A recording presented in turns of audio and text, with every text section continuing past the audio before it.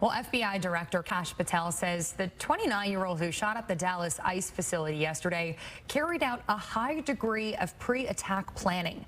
No agents were hurt, but one person in ICE custody was killed and two were shot and critically wounded.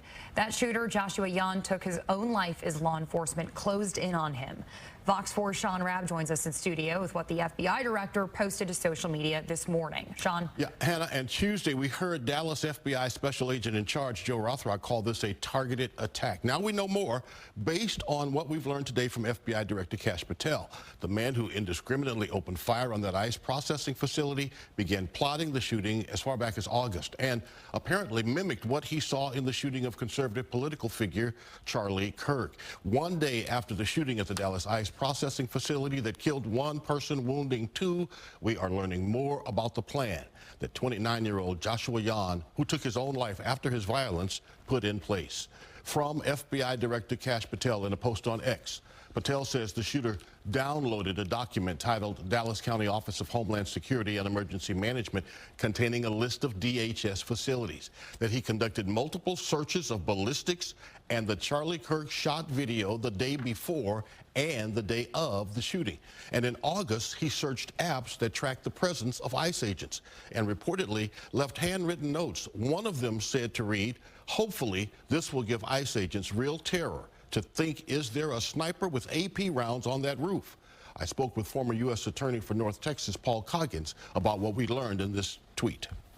A fair amount of planning, a fair amount of research, a fair amount of hostility toward ICE agents. That's surfacing from what the FBI director is releasing.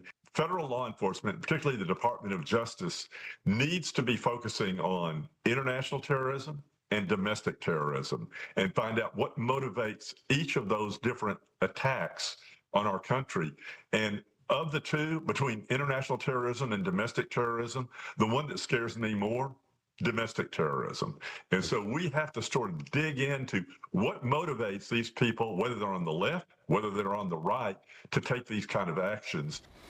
Joshua Yan's devices, data being explored right now, as well as items taken from addresses connected to him during search warrants being executed in Fairview up in Collin County and in Durant, Oklahoma, as the investigation turns now to when, where, how, and why did he become radical in his thinking. Those questions certainly won't be all answered today, but we will learn more. There's a mid-afternoon news conference with Dallas FBI and the U.S. Attorney here in North Texas, Nancy Larson. All right, Sean Rabb, thank you for your insight. We appreciate it. Here in North Texas, all immigration check-ins from today until Saturday are now being rescheduled for Monday, according to a report in the Dallas Morning News.